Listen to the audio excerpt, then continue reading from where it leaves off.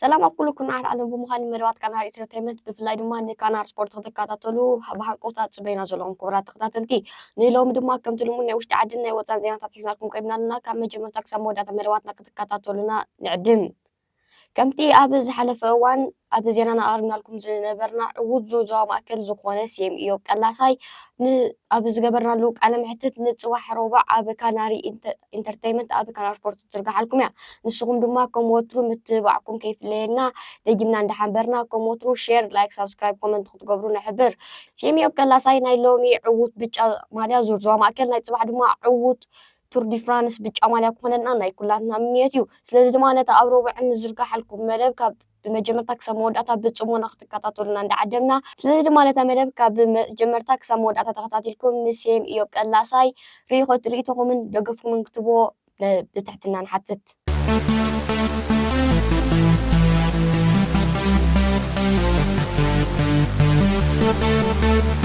እዝን ከምዚ ኢሉ እንከሎ ካብ ቅድድም ብሽክሌታ ሃገርና ከይወፃና ከለና ኤርትራዊ ተቀዳማይ ክለብ ኣስፔኮ ዝኾነ ዳንኤል ፍጹም ብርሃን ካብ ሰሉስ ጀሚሩ ምስ ክለቡ ዘይጆይራ ሁርኬን ኤንድ ሳይክሊንግ ቲም ክጽንበር ምዃኑ ተሓቢሩ ኣሎ እዚ ተጻዋታይ እዚ ኣብ ጋንታ ኣስፔኮ ኮይኑ ብኽርኢዮ ዝጸንሐ ሙልሙል ዝኾነን ጽቡቕን ብቑዕን ብቕዓት እዩ በዛ ቻይናይት ክለብ ተጸዊዑ ዘሎ እዚ ተቀዳዳማይ ዝፈላማይ ውድድሩ ከካይድ ጎላኩ ክሕበር እንተኾነ ግን እዛ ክለብ ካብ ትውርኖም 16 ተጻወቲ ምስ ዳንኤል ሓዊስካ ንመኖም ከተወዳደር ምዃና ግን ዝያዳ ኣብ ሊስታ ከም ዘይወፅእ ተሓቢሩ ኣሎ ናብ ካለ ዜና ምስ ንሓልፍ ድማ ብጋንታ ደንደን ተመልሚሉ ናብ ዝለዓለ ደረጃ ብቕዓት ብምምጻእ ክሳብ ናይ ኤሽያ ትምህርቲ ዕድል ብምርካብ ኣብ ዓመት 2023 እውን ዕዉት ሻምፒዮን ኤርትራ ብክልቲኡ ማለት ብናይ 23 ዓመትን ብናይ ኤሊት ዓበይትን ዘበለ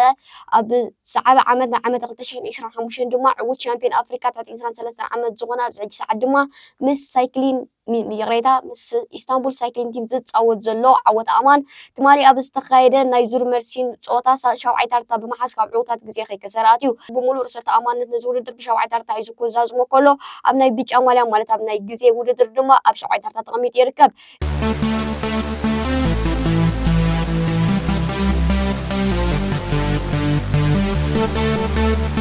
ካብ ናይ ቅድድም ብሽክሌታ ሃገርና ምስ ተወፅእ ድማ እቲ ትማል ሰንበት 12 ሚያዝያ ዝተኻየደ ዓቢ ውድድር ክኸውን ንኩሎም ተቀዳደምቲ እውን ብትህልላክ ክእቱ ዝኽእል እንተኾነ ግን ዘይከም ካልእ ውድድር ታዴ ፖጋቻ ካብ ናብ ውድድር ርእሱ ሒዙ ክኣቱ ርእሱ ኣድኒኑ ንኸውፅእ ዝገበረ ውድድር ነይሩ እዚ ውድድር እዚ ካብ ብመጀመርታ ኣብ ዝተጀመረሉ ቫንደርፑል እዩ ን46 ሚታዊት ናይዚ ውድድር ክዕወተሉ ተገሚቱ ኣትዩ ታዴ ፖጋቻ 40 ሚታዊት ከምኡ ድማ ማድስ ፔደርሰን 14 ሚታዊት እዩ ማዕርነይ ናይ ጎልጎል ተቀዳዳማይ 14 ሚታዊት እትህብ ዓይነት ውድድር ከመይ ዓይነት ከም ተኸውን ንብሙሉኦም ተቀዳደምቲ ኣዝዩ በዳሂ ውድድር ክኸውን ምዃኑ ተሓቢሩ ናይ ጎልጎል ተቀዳዳማይ ምስ ምዃኑ ማድስ ፔደርሰን ኣብዚ ውድድር እዚ 14 ሚታዊት ተዋሂቦ ናብ ውድድር ኣትዩ ከም በዓል ቢንያም ግርማይ ኣርናውት ደሊ ውት ቫን ኣርት ዝኣመሰሉ ፋቮራይት ናይዚ ውድድር ኣይነበሩን እንተኾነ ግን እቲ ቀንዲ ናይ ፆታ ፋቮራይት ገይርዎ ዝነበረ ናይዚ ውድድር 14 ሚታዊት ንክዕወት ግምት ተዋሂቦ ዝነበረ ማድስ ፔደርሰን ካብ ጾወታ ብሰንኪ ዝተፈላለየ ናይ ጎልጎል ውጻት ቮላቲሳታት ዘይኮኑ ውድድር ምስ ምንባሩ ምስ ከም በዓል ቢንያም ግርማይ ማድስ ፔደርሰን ዝኣመሰሉ ዓበይቲ ተቀዳደምቲ ካብ እዚ ውድድር ከንሰሓቡ እዮም ተራእዮም ውድድርና ምዝዛም ይኸደሉ ኣብ ዝነበረ እዋን ድማ እቲ ክሳብ ሕጂ መትሓዝ ተሳኢንዎ ዝጸንሐ ተጻዋታይ ክሳብ ሳምቡ ኤሌክትሪካዊ ድያ ዋላስ ናይ ሰብ ተባሂሉ ኣብ ዝተፈላለየ ትንተናታት ድመጽ ሓይሊ መድሃኒት ወስድ እዩ እናተባህለ ዝጥርጠር ዘሎ ታዴ ፖጋቻ ምስ ውት ቫን ኣርት ናብ ሕንጻ ዝበፂሖም ፋቮራይት ዘይተባህለ ተጻዋታይ ምስ ታዴ ፖጋቻ ኣብ ኮረሻ ብሽክለቱ ለጅቡ ዝውር ዘሎ ጾታ ይቅጽል ኣብ ዝነበረ ናብ መወዳእታ ናብ ቅጽበታዊ ውድድር ምስ ውት ቫን ኣርት ዝበጽሖ ታዴ ፖጋቻ ዕድል ኣይገበረን ብውት ቫን ኣርት ቀዳመይቲ ጽፍዒት ናይዚ ውድድር ረኺቡ ንፓሪስ ሩቬ ናይ እታ እንኮ ተሪፋቶ ዝነበረት ውድድር ክዕወተላይ እናተባህለ ክስመ ዝቐነየ ታዴ ፖጋቻ ካብ ውት ቫን ኣርት ድማ ከቢድ ጽፍዒት ረኺቡሎ ንጽፍዒቱ ኣሜን ኢሉ ክቕበሎ ዋላ ስንታይ ስጋብ ሕጂ ዝተፈልጠ ነገር የለን ታዴ ፖጋቻ ካብ መጀመርታ ናብ ውድድር ክኣቱ ከሎ ኣትሒዙ ክሳብቲ ናብ ጾታ ዝመጸሉ ርእሱ ኣድኒኑ ካብ ናብ ጾታ ኣትዩ ከምኡ ድማ ርእሱ ኣድኒኑ ካብ ጾታ ወፅዩ ዝተቀዳዳማይ እዚ ናይ ስዕረት ነቢት ትማሊ ኣብ ፓሪስ ሩቬ ከም ዝሰተያ ተሓቢሩ ኣሎ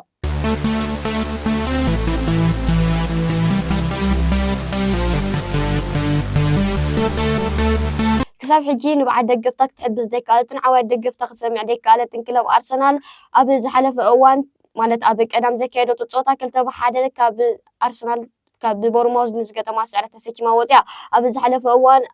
ኣሰልጣን ናይዛ ክለብ ዝኾነ ሚኬል ኣርቴታ ገይርዎ ኣብ ዝነበረ ቃለ መሕትት ንኹላቶም ተጻወትና ጨወታ ኣብ ፋሪስን ፈረቓን ብናይ ዓዲ እንግሊዝ ኣቆጻጽራ ይካየድ ስለ ዘሎ ብምልኣትኩም ተጻወትና ምስሓኩም ሒዝኩም ናብ ሜዳ ምፁ ኢለዮም ኣለኹ ኢሉ እዚ ኣሰልጣኒ ኣብ ዝሓለፈ እዋን ነቲ ኣብ ስፖርቲና ምስጊቦን ዝመጽእ ዓወት ኣብ ጨወታ እዚ እንታይ ዓይነት ሞራላዊ ስልጣን ክፈጥረሎ ከም ዝኽእል ተሓቲቱ ብርግጽ ንቦርማውስ ክንስዕራይና ኢሉ ናብ ጨወታ ኣትዩ እንተኾነ ግን ከምቲ ናይ ዝሓለፈ እዋን ዘመዝገቦ ውፅኢት ከመዝግብ ኣይከኣለን በንጻሩ ካብ እዛ ክለብ ዘሕፍር ስዕረት ናይ 2-1 ቀሲሙ ወፅዩ እዚ ኣሰልጣኒ ሰንበት ንዝካየድ ጨወታ ንክፅበ ጥራይ እንኩዕ ዕድል ነይሩ ስለዚ ድማ ነታ ጓል ከተማ ለንደኖም ዝኾነት ቸልሲ ሓግዝኒ ብምባል ናብ ከተማ ከይዱ ለሚኑ ክኸውን ከም ዝኽእል ይርከብ ኣሎ እዚ ከምዚ ኢሉ እንከሎ ሓደ ካብ ዝዓበየ ተዋዘይቲ ደገፍቲ ቸልሲ ብምዃኑ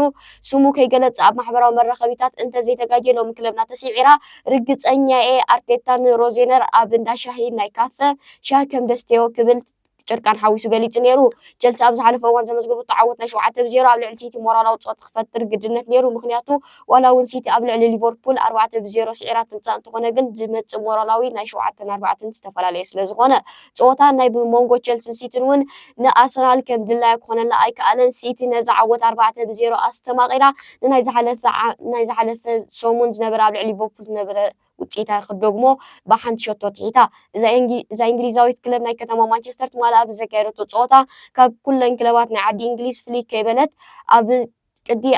ፀዋውታ ሙሉእ መግብረ መልሲ መጥቃዕቲ እያ ተፀሚዳ እዛ ክለብ ክሳብ ቅድሚ ዕረፍቲ ዝኾነ ሸቶ ብዘይ ምስገባን ኣርሰናል ተስፋ ፈጢራ ናብ ጨወታ ኣትያ እንተኾነ ግን ጨወታ ብክብ ዝበለ መልክዑ ይቕፅሉ ኣብ ዝነበረ እዋን እንግሊዛዊ ተኸላኻላይ ናይዛ ክለብ ብምዃን ክሳብ ንዓበይቲ ተፃወቲ ኣብ ምውዳቕ ዝርከብ እንግሊዛዊ ተፃዋታይ ማይክል ኦራሊ ሸቶ ብምዝጋብ ክለብ ስታንፎርድ ብሪጅ ማለት ናይ ሜዳ ናይ ቸልሲ ጨወታ ክፈጥረሉ እዩ ተራእዩ ብፍላይ ድማ ብዘመዝገባ ሸቶን ዘካየዶ ፅምብልን ጨወታ ይቕፅለሉ ኣብ ዝነበረ እዋን ናይ ተኸላኸልቲ መዓልቲ ግድ ውዒላ ትማሊ ማርኪ ጌሂውን ሸቶ ብምውሳኽ ንክለቡ ኣለኹልኪ ብምባል ኩሎም ተፃወቲ ሲቲ ናብ ፅምብል ኣትዮም ጨወታ ድማ ናብ ከባቢ ምውድኡ ኣብ ዝቐረበሉ ጀረሚ ዶኩ ሸቶ ብምዝጋብ ንክለቡ 3-0 ዓወት ሓፊሳ ንክትወፅእ ሓጊዝዋ ከምቲ ልሙድ ኣብዚ ናይ ቀዳሚ ሰንበት ዝነበረ ትዕዝብትታት ክንገልጽ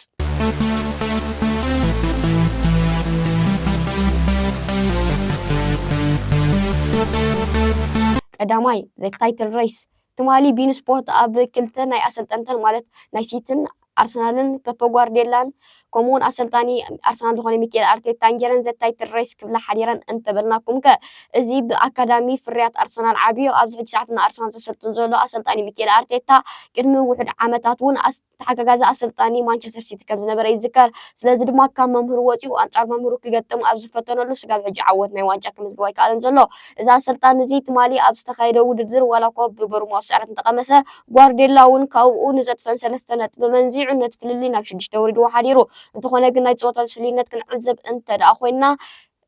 ማለት ኣብ ጨወታ ዝተኻየደ ፍሉይነት እቲ ስጋብ ሕጂ ንደገፍቲ ኣርሰናል ልቦም ሰቒልዎም ዘሎ ሲቲ ብጎደሎ ጨወታ ብ6 ነጥቢ ፍልይ ትመርሓ ከም ዘላ ይትሕሰብ ሲቲ እንድሕር ነታ ጎደሎ ጨወታ ኣንጻር ክርስቲያን ፓላስ ዘላታ እንተሲዒራ እቲ ፍልልይ ናብ 6 ዘሎ ናብ 3 ክግዕዝ እዩ ዝመፅእ ሰንበት ኣብ ዝካየድ ጨወታ ሲቲ ኣርሰናል ድማ ሲቲ ምስ ተስዕር እቲ ፍልልይ ብ0 ብምዃን ሲቲን መሪሕነት ዓዲ እንግሊዝ ክትቅበሎ እትኽእል ኣብ ኢዳ ዘሎ ዓብይ ብልጫ ክትጥቀም ትኽእል እያ ስለዚ ደገፍቲ ኣርሰናል ክሳብ ሕጂ ኩሎም ንባዓቶም ስለዘይዘረዘትሎም ኣብ ተስፋን ሃፋን ይርከቡሉ ክትብል ቢን ስፖርት ኣቃሊሓ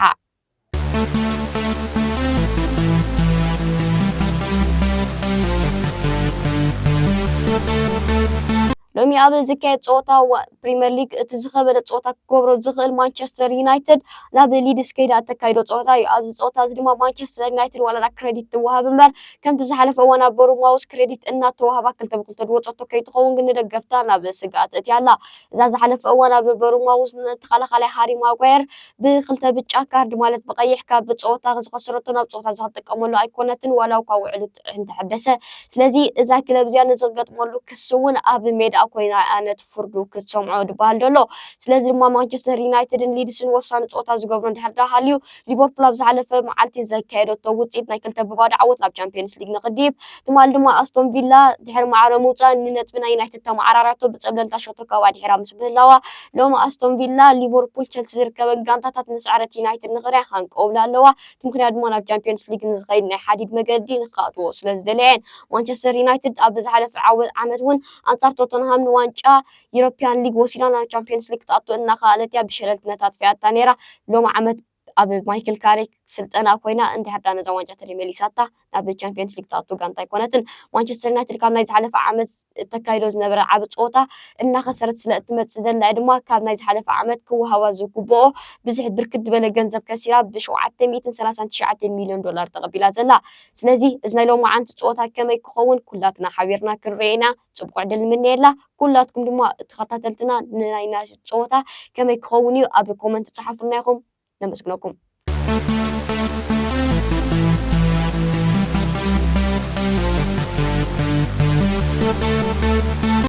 أب كان مودي دما እቲ ኣነ ታሪክ ፖጋቻ ኢለ ሰሚዮ ዘለኹ ብሉስ ተቐዳዳማይ ሲኤም ኢዮብ ቀላሳይ ውልዶ ተቐዳዳማይ ብምዃኑ ኣብ እዚ ሕጂ ሰዓት ድማ ናብ ዝተፈላለያ ክለባት ተሰጋጊሩ ንዝበለፀ ዓወት ንኸምፃልና ከምኡውን ኣብ ዝተፈላለየ ናይ ግራውንድ ቱር ፀዋታታት ከምኡውን ዝዓበየ ውድድር ዝኾነ ቱር ዲ ፍራንስ ተሳቲፉ